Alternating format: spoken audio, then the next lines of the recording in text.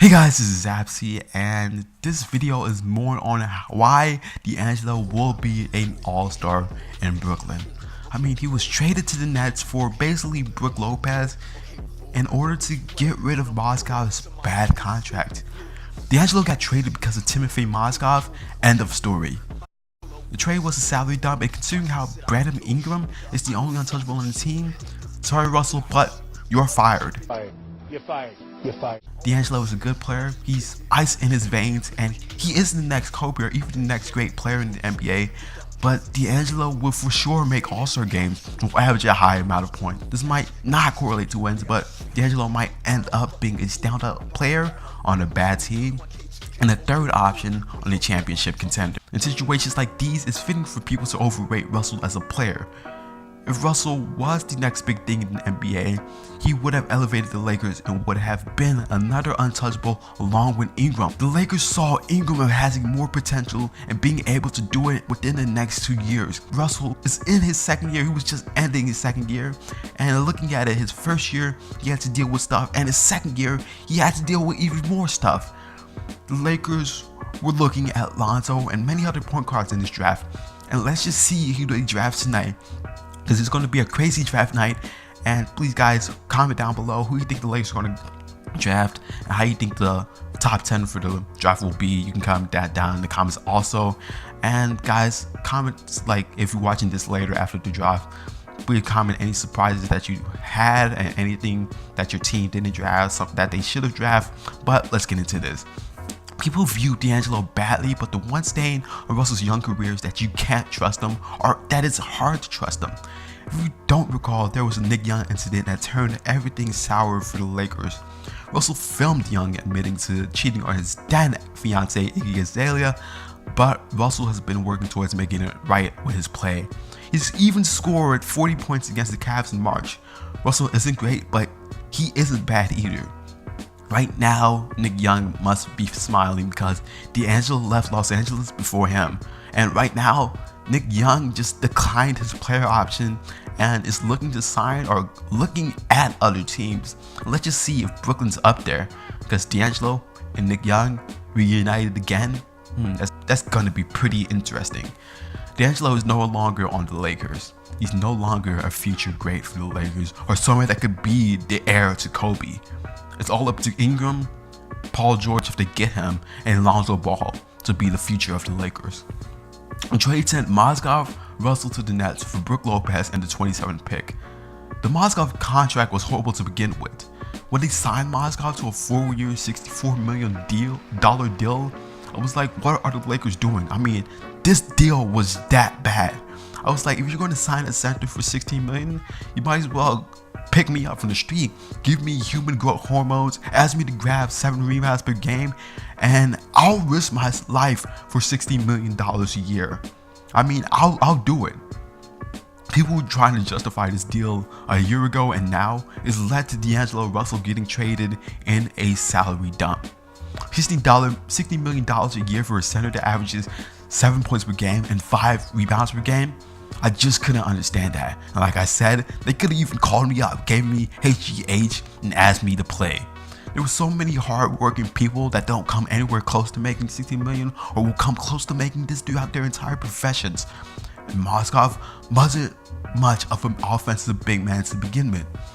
The Lakers were hoping for him to average 15 points per game and 7 rebounds per game, but he averaged 7 points per game and 5 rebounds per game playing his one season for them.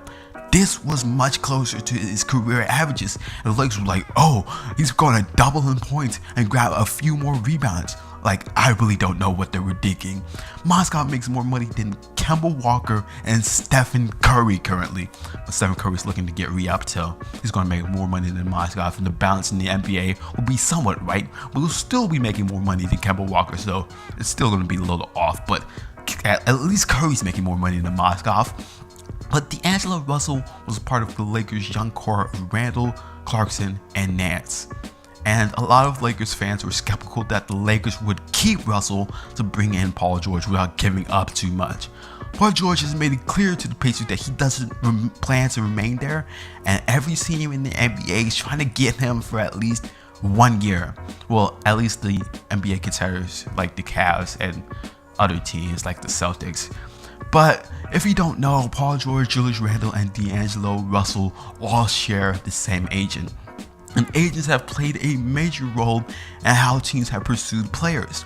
Brook Lopez to the Lakers isn't bad, and I would have to say this is something that my 2K simulations predicted, along with LeBron going to teams like the Lakers, Grizzlies, and Spurs. LeBron to the Lakers? Possible. LeBron to the Spurs? Possible. Brook Lopez became the Nets career scoring leader last season, and Brook has been on the Nets his entire career, and it's good to see him on a slightly better team. This might only be a 1 year change of scenery, but it is better than only winning 20 games a year. Or in the year before that, they even won like 17, I think. And being on the Lakers, you're going to win 6 more games. That's just given. 6 more games is better than 20. I mean, 26 is better than 20. I mean, who wouldn't want to win 26 games instead of 20? I mean, I would like that. Trade me to a team where I can get like 4 more, 5 more, 6 more wins. I would enjoy that. And especially since it's Los Angeles, Lopez is going to be living large. The Lakers picked up Lopez's contract of $22.6 million and acquired a player that will affect the Lakers better. In the offseason last season, the Lakers were looking for someone that would complement Luke Walton's style of coaching. That's why they picked up Mozgov, because what he did for the Cavaliers. But look at the season. Mozgov did jack. And basically you have Brook Lopez who can stretch out and shoot the 3. He made around 35% of threes in the season, and if needed, he continued to score 20.5 points per game for the Lakers. He can be that scorer for the Lakers, most definitely. The leading scorer for the Lakers last season was Lou Williams, and he was traded mid-season. By this, you can see that D'Angelo's development as a player was slowed in both of his first 2 years. In D'Angelo's first season, he had to deal with Kobe's departure, Byron Scott, and a horrible center in Roy Hibbert. I mean, trash Hibbert. I mean, this center that just fell off from what he was in his beginning years with the Pacers. And I mean, he just disappeared as a center. I mean, he couldn't grab rebounds. I mean, he couldn't score. I mean, I don't know what happened to Hibbert, but he just fell off. He was just like poof, he's gone. When the world needed him most, he vanished. And D'Angelo inevitably had to defer to Kobe, and with this, you just must give the ball to the king of the kingdom. You must give him all the shots. I mean, it shouldn't be any other way. I mean, Kobe was a Laker for life, and it's fitting. In his final game, he scored 60 points against the Jazz. The king was making sweet music in his final game on the court. Byron Scott also had to be dealt with. He limited players' minutes that were young, and if you made a mistake, to the bench you went. Sit that butt down, boy. He had to deal with Lou Williams. Lou Williams is someone you don't want to play with. I mean, he just jacks up a lot of shots. And the reason he was the leading scorer for the Lakers even after being traded was because he took most of his shots. You would still be the leading scorer if you took most of the shots and scored a lot of points. You would still be the scorer even halfway, because nobody else on this team is even reaching what Lou Williams averaged, around 18 points. I mean, what are you supposed to do when a player averages 1.5 points per shot? He's at least getting a bucket every shot he puts up. And it's either shooting a mid-range or going to the free throw line. And D'Angelo has to deal with all of this in his first 2 years in Los Angeles. Going to the Nets will definitely help out Russell's game. He'll be the man. He won't be limited. He won't be held back. He'll only be pushed forward. He'll only be pushed to lead. He'll only be pushed to ball. The Nets need Russell, and Russell needs the Nets. This is the optimal destination for Russell because he gets to develop as a player, he gets to develop into a leader, and gets to have his own team. Before the All-Star break, Russell was averaging 14.2 points per game, 4.7 assists, 35% from the 3, 39% from the field, and after the All-Star break, Russell was averaging 18.5 points per game, 5 assists, 36% from 3, and 43% from the field. These are numbers before Lou Williams trade and after Lou Williams trade. And you can see that he increased in points, in assists, in percentage from 3, and percentage from the field. He definitely increased in points per game, where he increased by like 4. And you can see that without Lou Williams, Russell was being asked to score and he was delivering. And his numbers against Eastern Conference teams are even better than his numbers against Western Conference teams. Against Eastern Conference teams, Russell averages 16.3 points per game, 5.2 assists, 38% from 3, and 44% from the field. And against worst conference team, Russell averages 15.1 points per game, 4.5 assists, and 33% from the field. 38% from the field and 33% from 3. He gets to play under Kenny Atkinson as well. The Nets are the optimal destination for Russell, as I've said. He's only going to grow. I believe he'll make multiple All-Star appearances in his career. Will he be an MVP or be in MVP discussions later in his career? I don't think so. Will he make the playoffs? Possibly. Will he be the best player on the Nets? For now, he will be.